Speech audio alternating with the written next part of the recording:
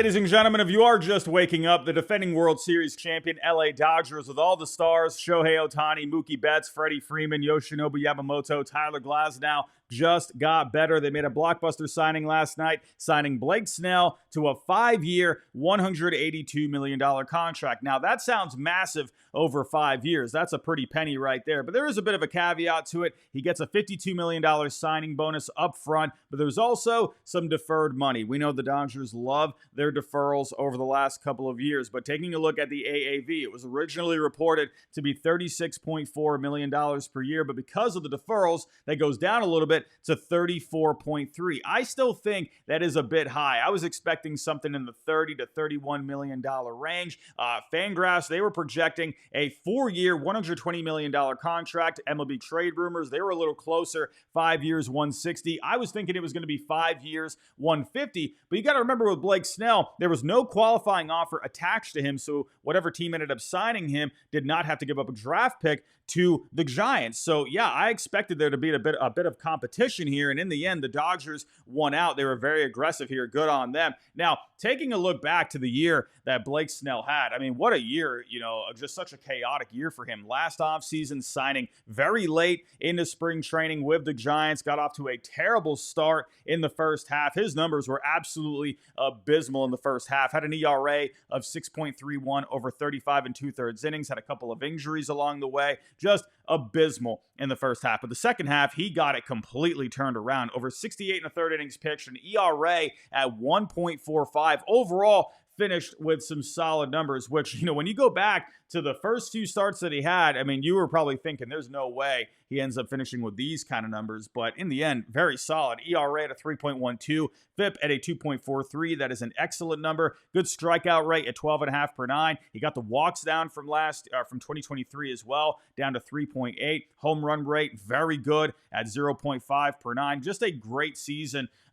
Great numbers overall. That's just how good he was in the second half, because those numbers in the first half were very bad. Now, when we take a look here at the Dodgers, I mean, what else is there to say? I mean, they already had a lot of pitching in this rotation, especially with Shohei Ohtani coming back into the fold. You got Ohtani, you got Yamamoto, you got Tyler Glasnow, right? And you got some other guys coming back like Tony Gonsolin, Dustin May. Let's see where they end up, here, whether that's in the rotation or in the bullpen. You got some younger guys as well, like Emmett Sheen. You got Landon Knack. And don't forget about Bobby Miller. Bobby Miller was kind of a train wreck this past year, but was very good a couple of years ago. Let's see how, he gets into this here. I wouldn't be surprised if he ends up being the fifth starter, getting another chance, but they have a lot of pitching here. The one thing they did lack, though, was a lefty. Blake Snell, I mean, what an addition this is, man. I mean, this is a ridiculous rotation. You're probably going to have Shohei Ohtani go opening day. You'll probably have Yamamoto be the 2, either Snell, or I would imagine Snell is probably going to be the third starter, and then Glasnow is going to be the number 4. Or are you kidding me? I mean, that's just ridiculous. Now, what I also like about this is that there are some injury concerns, right, with Shohei Ohtani coming back. Yamamoto going into year 2. He was having some issues this year with the shoulder. Tyler Glasnow is always an injury risk, right? Gonsolin, May coming back, right? And who knows what happens with Bobby Miller. He can end up struggling again. So I think adding Snell gives them just some much needed depth, in my opinion. It sounds like, they don't really need the depth, but you never know. There are question marks with these guys. So Snell, I think, adding him, that just only helps everything here. The Dodgers are just looking like an absolute powerhouse at this point. It was reported that they were looking to add to the top of the rotation. I was wondering how far they were going to go, especially after investing so much money into the pitching last offseason with Yamamoto, trading for Tyler Glasnow and extending him, right? The Dodgers, listen, people can complain all they want about this, the Dodgers, they can't keep getting away with this, right?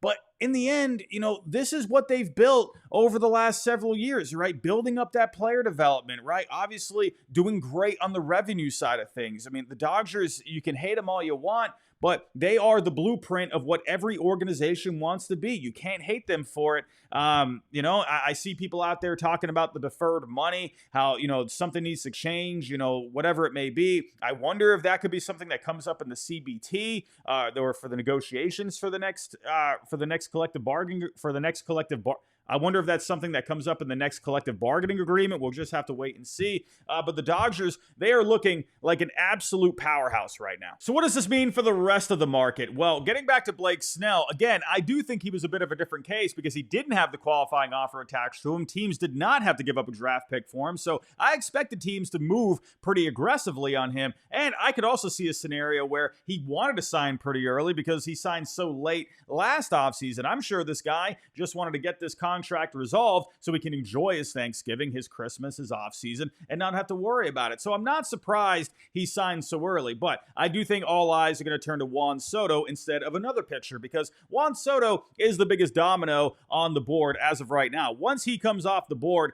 and the teams that are going for him, like the Yankees, the Mets, the Red Sox, Blue Jays, they're going to be able to turn their attention to other pieces on the board. So whether or not they want to go after a big pitcher like Corbin Burns, he's definitely going to get himself at least $200 million.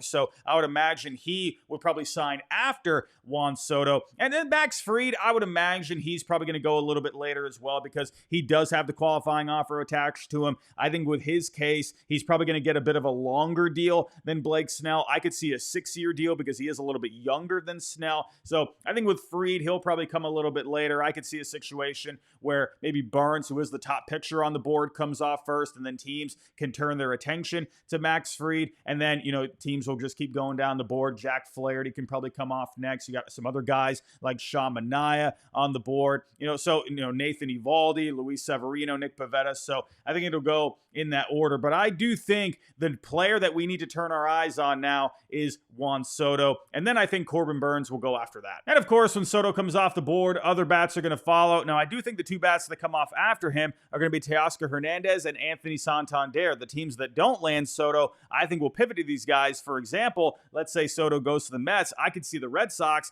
turning to Teoscar Hernandez. They were in negotiations with him last offseason. They've been looking for a right-handed bat. He's always hit well at Fenway Park. I could see that being a great fit. I could see other teams getting involved, like the Yankees. The Orioles have been connected with him a little bit. Maybe the Dodgers want to bring him back even after signing Blake Snell to a big contract. Anthony Santander, I could see being a great fit for the Blue Jays, landing Soto, so I could see them turning to Santander. They need some power in that lineup with Vlad. I think it'd be a great fit. Maybe the Yankees turn their attention to Santander if they can't bring Soto back. Losing a big lefty bat like Soto, maybe they go after another one in Santander. He is a switch hitter, but mostly hits from the left side. Now, after him, you got some other outfielders here. Jerickson Profar, another lefty bat out there. Tyler O'Neill, I think, could come off. Don't forget about the infielders, the big-time infielders like Alex Bregman, Willie Adames. Don't forget about Pete Alonso. So I think when Soto comes off, all of these bats are going to start to come off. With Snell off the board, let's talk about the other top pitchers on the market. You got Corbin Burns, you got Max Fried, and don't forget about the biggest trade chip on the market this offseason, Garrett Crochet. Now, when it comes to Corbin Burns, we all know how good this guy is. He's been one of the best pitchers in baseball for a while now. He's been steady as they come, coming off a great season with the Orioles, gives you excellent production each and every year. Now, teams that I think make the most sense, the Orioles, in my opinion, should be putting on the full court press to bring him back. They got so much payroll flexibility. I know they got to work on some extensions with these guys, but to me, Corbin Burns is a no-brainer to sign up for a long-term extension to be the ace of your staff for the next several years. They have new ownership. I don't see why they would not put on the full court press to bring him back. Now, if not the Orioles, I think the Red Sox are definitely a threat to go after him and to land him. They've been wanting to add to the top of the rotation. They want to upgrade the ceiling of the rotation. They need something alongside Tanner Houck here. I think Corbin Burns would make a lot of sense. I could see him being interested in the Red Sox, the way they've revamped the pitching department in their organization. I definitely think the Red Sox, with how aggressive they've been, according to reports, according to the agents, I could definitely see them making a good play for Corbin Burns. Don't forget about the Mets, right? I know they're obviously going after Juan Soto right now, but I definitely think the Mets have a good shot of landing him. David Stearns, remember, he was with the Brewers when Corbin Burns was there, so they have that connection. But I think the Mets need to add something to this rotation. I think it would make a lot of sense. Look out for the Blue Jays. They've been wanting to add something to the rotation as well. Now, with the Blue Jays, I just wonder how interested players are going to be going there, especially with the farm system, not ranking very well. Vlad's not signed up to a long-term extension. So I wonder what players think about the long-term outlook of the Blue Jays. We'll just have to wait and see. But Corbin Burnes definitely going to be a hot commodity, I think, when Juan Soto comes off the board. And then Max Fried, obviously, with Fried, I could see teams also focusing on him because, he is going to give you a different look. He is a lefty. With Max Fried, he's probably not going to require as long of a deal as Corbin Burnes. I could say, maybe a 5-6 year deal for Max Fried, where Corbin Burnes probably ends up getting a 7 or 8 year deal. Both have the qualifying offer attached to them. But Fried, he's also as steady as they come. Did have some arm issue back in 2023, but he's been very solid over the years. Helped the Braves win a World Series in 2021. He's put up great numbers since then. Another good year this year for him. Again, getting back to the Red Sox, they could use a lefty in this rotation. I could see the Red Sox with Craig Breslow, Andrew Bailey, looking at Max Fried and being like, hey, you know what? We feel like we can work on a couple of things with you. Maybe we can alter the pitch mix a little bit, get away from that four-seamer. Let's start working in that sinker, maybe that cutter a little bit more. I could see them wanting to take Fried to the next level, and he would be cheaper than Corbin Burnes. So that's why, I wonder if Fried could possibly go around the same time as Burnes. But, again, getting back to these other teams, the Orioles, if they don't bring Burnes back, I could see them pivoting to Fried again with the Mets. I think they need to add some pitching. I think the Blue Jays could make some sense. They could also use a lefty in this rotation. And then Garrett Crochet, right?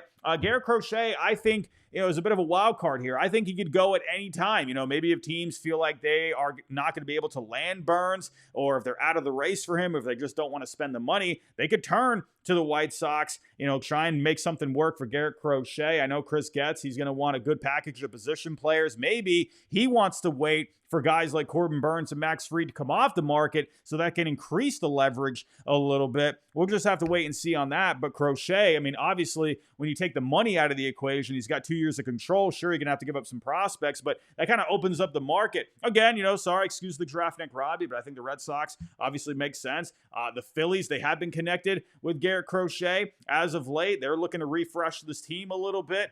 They got some good prospects. Someone like Justin Crawford, you could do in a deal there. I think that would be a great fit for him overall. Again, you got the Orioles. They got a lot of position player prospects in that system. Maybe they could make something work there. But it's going to be interesting to see, how the pitching market unfolds here. And of course, after these guys, you got a lot of other pretty solid options out there, right? You got Jack Flaherty, Nathan Eovaldi, who I mentioned earlier, Nick Pivetta, Sean Manaea here, Luis Severino. You got good options on the board. So, Blake Snell, going to the Dodgers, this is definitely going to cause a bit of a ripple effect. I do think, you're not going to see anything immediate here. I think you're going to have to wait a little bit for Juan Soto probably to come off the board. But once he's off, I think the floodgates are going to open at that point. But in the end, those are my thoughts. Everyone, tell me what you think down below in the comments. What do you think of the signing of Blake Snell heading to the Dodgers? What do you think is going to happen with the rest of the market here? Who do you think the next player is to come off the board? Who do you think the next pitcher is